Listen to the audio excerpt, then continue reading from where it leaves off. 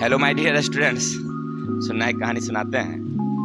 एक बार एक गधे और एक चीता से बहस हो गई। गधा कहा कि आसमान लाल दिखाई पड़ता है और चीता कहा नहीं, आसमान नीला होता है। कहा नहीं, गधा कहा हम देख रहे हैं लाल दिखाई पड़ता है। चीता कह रहा नहीं, नीला दिखाई पड़ता है। अब दोनों उलझने लगे, झगड़ने लगे। काफी देर दोनों में बहस हुई। तब निर्णय लिया गया कि चले अपने राजा के पास चलते हैं, शेर के पास। जंगल का राजा कौन होता है? शेर होता है। शेर के पास जाया गया। कहा कि चलो वही फैसला करेंगे कि आकाश नीला होता है या लाल होता है। वहां गया, दोनों बैठे। महाराज चीता बोला कि महाराज देखिए, गधा जो है ना, 1 घंटे से मुझे तंग कर रहा है। ये कह रहा है कि आकाश कैसा है, लाल दिखाई पड़ता है, और हम कह रहे हैं नीला दिखाई पड़ता है। मान ही नहीं रहा है।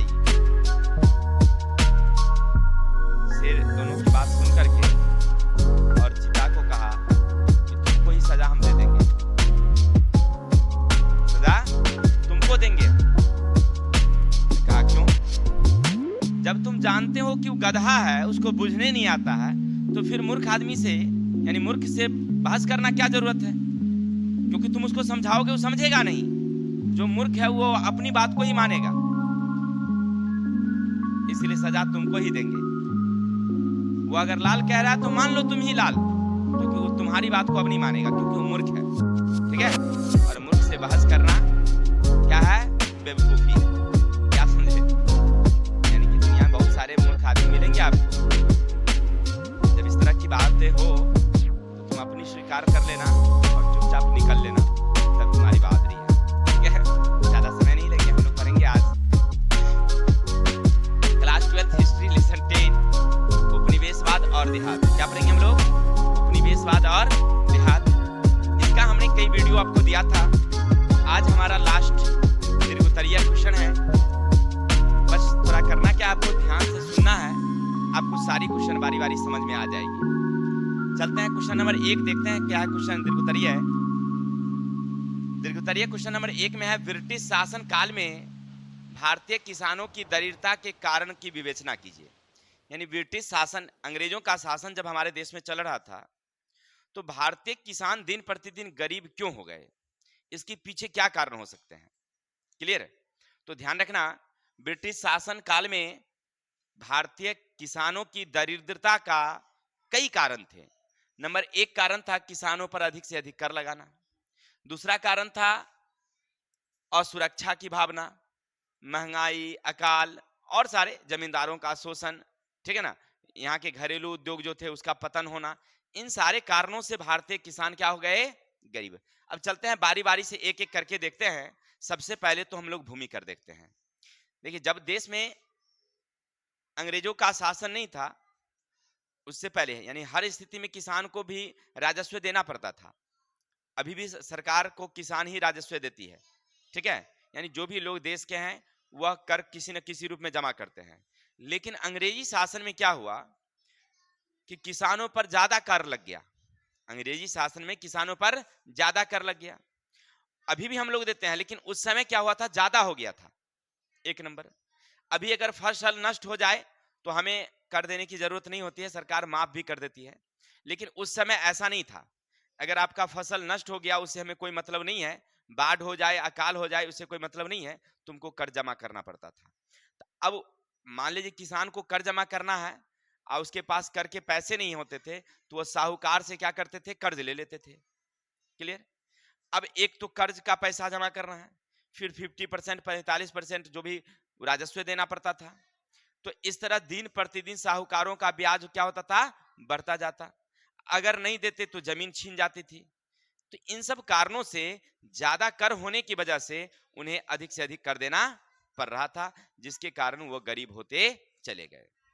नंबर दूसरा कारण क्या था कि उस समय चाहे जमींदार हो, चाहे वो क्या कहते हैं, महाल हो गांव का, वो जब कर वसूलने के लिए जाते, या अंग्रेज कंपनी का आदमी जब कर वसूलने के लिए जाते, तो वहां पर क्या होता? मनमाने ढंग से कर वसूला जाता था। अगर किसान ज्यादा करके अगर फसल का उत्पादन कर लिया तो उन्हें ज्यादा कर देना पड़ जाता था।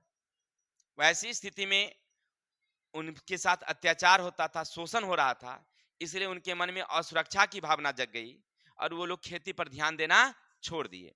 जब खेती पर ध्यान देना छोड़ दिए तब परिणाम फसल का उत्पादन धीरे धीरे क्या हो गई, कम हो गई। क्या फसल का उत्पादन कम होने लगा, जिसके कारण भी वो लोग दरिद्र होने लगे, गरीब होने लगे। तीसरा कारण क्या हुआ कि उस समय इंग्लैंड में औद्योगिक क्रांति हुई और मशीन से जो सामान बनती थी वो सस्ता होता था और हमारे देश में जो सामान हाथ से बनता था वो महंगा होता था। अब हमारी देश का जो हाथ का सामान था वो लोग उपयोग नहीं कर रहे थे और उधर के जो सामान होते थे इंग्लैंड वाला वो सस्ता होता था, सुंदर होता था, उसका लोग उपयोग ज्यादा कर रहे थे। तो कुल मिलाकर के हमारे जो घरेलू उद्योग थे उसका क्या हो गया, पतन हो गया, माने यहाँ का उद्योग धंधा चौपट हो गया। साथ ही साथ उसने क्या किया, अंग्रेजों ने हमारे देश के जितने भी छोटे बड़े उद्योग थे उस पर कर लगा दिया और उसको कर देना नहीं पड़ रहा था। अंग्रेज के सामान को कर नहीं लगता था तो वो सस्ता होता था, हम लोगों को टैक्स देना पड़ता था, इसलिए हमारा सामान क्या हो जाता था, महंगा हो जाता था। तो कुल मिलाकर के अगर देखा गया तो भारतीय उद्योग धंधे क्या हो गए, चौपट हो गए, लोगों को रोजगार नहीं मिला, इसलिए दिन प्रतिदिन वो क्या होने लगे, गरीब होने लगे। क्लियर है? तो भारतीय किसान के दरिद्रता का ये कारण सब था। क्लियर? कौन कौन कारण? पहला नंबर भूमि पर अधिक कर लगना, दूसरा भारतीय उद्योगों का पतन होना, तीसरा जमींदार या अन्य प्रकार का शोषण। ठीक है, उस समय महंगाई भी बढ़ रही थी। अब किसान के पास ज्यादा आमदनी है नहीं, महंगाई ज्यादा है, भोजन के लिए उन्हें खादाने की जरूरत होती थी, वो खरीद कर खाते, परिणाम धीरे धीरे क्या होते, और गरीब हो रहे थे। नहीं, इसके अलावा कभी कभी बाढ़, कभी सूखा, जिसके कारण फसल नष्ट हो जाता, खेती की ओर कोई ध्यान नहीं किसी का। माने कुल मिलाकर के समझिए कि भारतीय किसान दरिद्र होते चले गए। चलते हैं क्वेश्चन नंबर 2 क्या कहता है, सुनिएगा।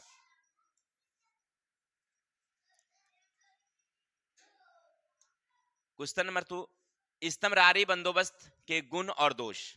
इस्तमरारी को ही कहते हैं हम लोग अस्थाई बंदोबस्त। क्या कहते हैं हम लोग? जब 1757 में प्लासी की लड़ाई हुई, प्लासी युद्ध के बाद बंगाल पर अंग्रेजों का शासन स्थापित हुआ। राजा कौन बने? मीर जाफर। केवल वह मत ठुकवा था, अंग्रेज के हाथ की कठपुतली, वो जो कहता वही काम करता था। क्लियर? शासन था, यानी शासक बना कौन? मीर जाफर। लेकिन वहां कर वसूलने का अधिकार किसको मिला? अंग्रेजों को। और देखिए, पहला तो वो राजा नहीं बना, सेना रखने की मुझे जरूरत नहीं, फायदे अंग्रेज को कि शासक तुम रहो, शासन तुम करो। क्लियर? तो हमें सेना और राजा रखने की जरूरत नहीं, लेकिन काम हमरे हिसाब से करोगे, नाम तुम्हारा, काम हमारा होगा। तो अंग्रेज को वहां पर भी फायदा। कर वसूलने की बारी जब आई तो कर वसूलने के लिए भी लड़का रखने की जरूरत नहीं, जमींदार को रख दिया, जितना जमींदार है तू लोग कर वसूलो, हमको इतना सालाना कर दो। अब उसको वहां भी फायदा, अंग्रेजों को नहीं फायदा कि अब कर वसूलने के लिए, राजस्व वसूलने की भी लड़का रखने की जरूरत नहीं थी, चुपचाप उसे खाली करेंसी मिलते जा रहा था। कंपनी का एक कोठी था, कोठी पर जितने जमींदार थे बारी बारी से जाकर के अपना राजस्व जमा करते जाते, अंग्रेज को कोई खर्चा नहीं, 10 पैसा खर्चा नहीं, पूरा करेंसी नोट आ रहा था, नहीं आ रहा था। फायदा हुआ कि नहीं हुआ?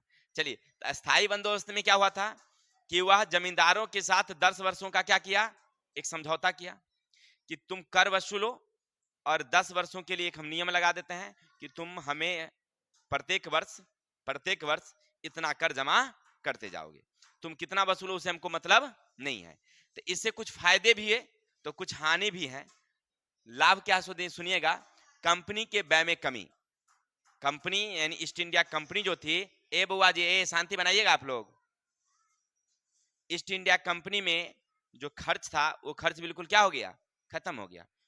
अभी बताए हम कि ना तो उसे राजा रखने की जरूरत, ना ही सेना रखने की जरूरत, और ना कर वसूलने वाले लोगों की जरूरत, सब बिल्कुल न्यूट्रल, बस जीत लिया, राजा बना दिया मीर जाफर को और जमींदारों को कर वसूलने के लिए दे दिया कि जाओ भाई कर वसूलो तू लोग, और हमको उससे कोई मतलब नहीं है, तुम कर वसूल करके केवल हमें दे देना। क्लियर? तो ये कौन काम किया? कंपनी। तो कंपनी की खर्च में क्या हो गई, काफी कमी हो गई। चलते हैं उसके बाद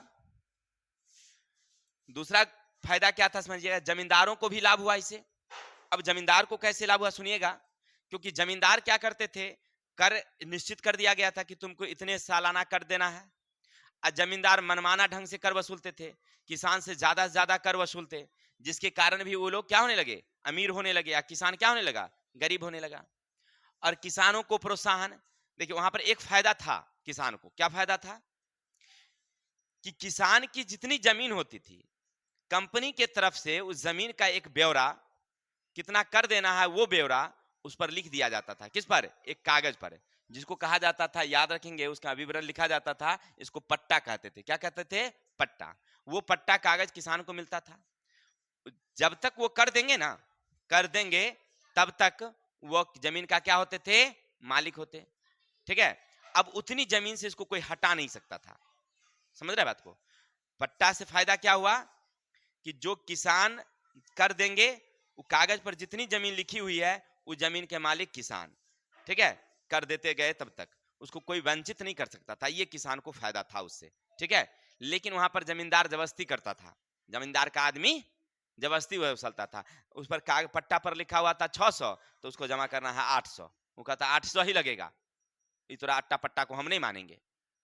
अब भाई उसके आदमी पीछे 20 को आदमी भाला बंदूक लेकर खड़ा है, हम अकेला आदमी, तो क्या करेंगे, मान लेंगे, तू ही जो कहेगा वही मान लेते हैं, जान के जो बरी करो हमको नहीं।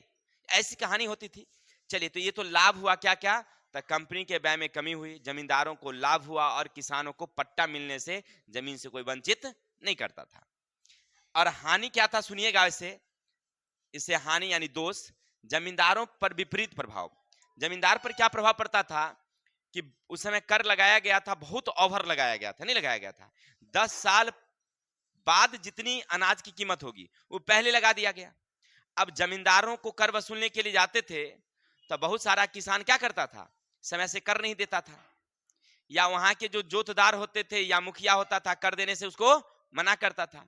परिणाम होते थे कि जमींदारों को सही से कर नहीं मिल पाता था। तो ऐसी स्थिति में जमींदार की जमींदारी क्या हो जाती थी, नीलाम कर दी जाती, छोड़ना पड़ता था। और उस समय बहुत सारे जमींदार ना छोड़ दिए थे, जमींदारी छोड़ दिए, उनकी जमींदारी नीलाम कर दी गई। ठीक है, तो ये प्रभाव पड़ा।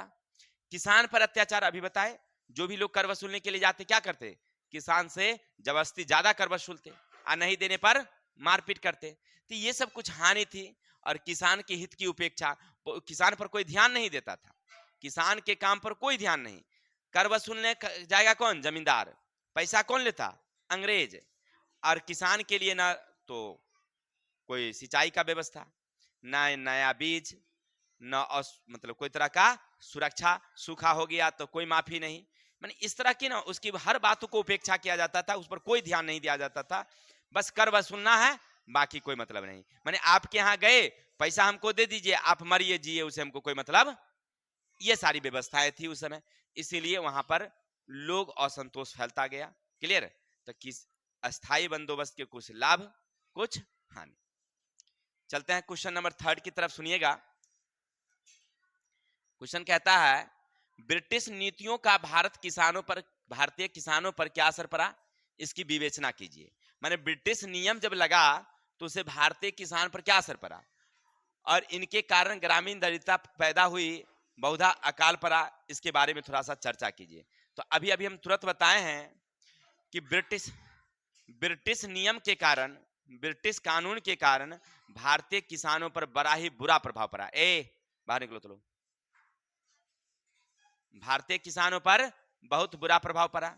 जितने किसान थे वह दिन प्रतिदिन क्या होने लगे, गरीब होने लगे।